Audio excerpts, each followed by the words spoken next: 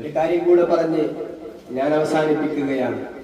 എനിക്ക് എന്റെ മുസ്ലിം ലീഗിന്റെ പ്രവർത്തകരോട് പറയാനുള്ളത്, പ്രിയമുള്ളവരെ, നിങ്ങൾ മുസ്ലിം ലീഗിനെ നശിപ്പിക്കരുത്.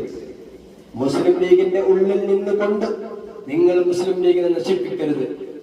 ഈ പാർട്ടി എങ്ങാനും ഇല്ലാതായാൽ, ഈ പാർട്ടിക്കെങ്ങാനും ക്ഷീണം സംഭവിച്ചാൽ, 50 കൊല്ലം നമ്മൾ പ്രവർത്തിച്ചാലും ഇതുപോലെ ഒന്നിലേക്ക് ഇതിനെ തിരിച്ചു കൊണ്ടുവരാൻ നമ്മളെല്ലാവരും കൂടെ ശ്രമിച്ചാലും കഴിയില്ല എന്ന് ഞാൻ നിങ്ങൾക്ക് മുന്നറിയിപ്പ് തരികയാണ്.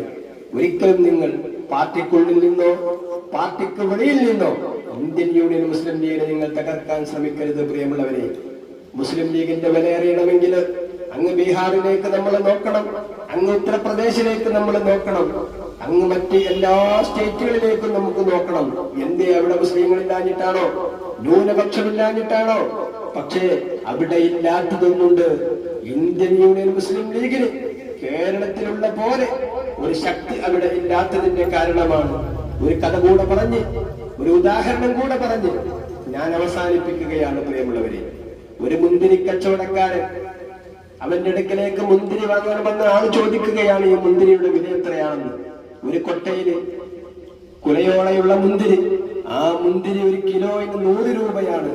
തൊട്ടപ്പുറത്ത് തന്നെ മറ്റൊരു കൊട്ടയിലുണ്ട് മുന്തിരികൾ, ഓരോ പീസായത്, അതിന് 50 രൂപയാണ് വില. അവൻ ചോദിക്കുകയാണ് കച്ചവടക്കാരനോട്, എന്താണ് ഈ 2 മുന്തിരി തമ്മിലുള്ള മാറ്റം? അദ്ദേഹം പറയുകയാണ്, സഹോദര, ഒരു മാറ്റവുമില്ല.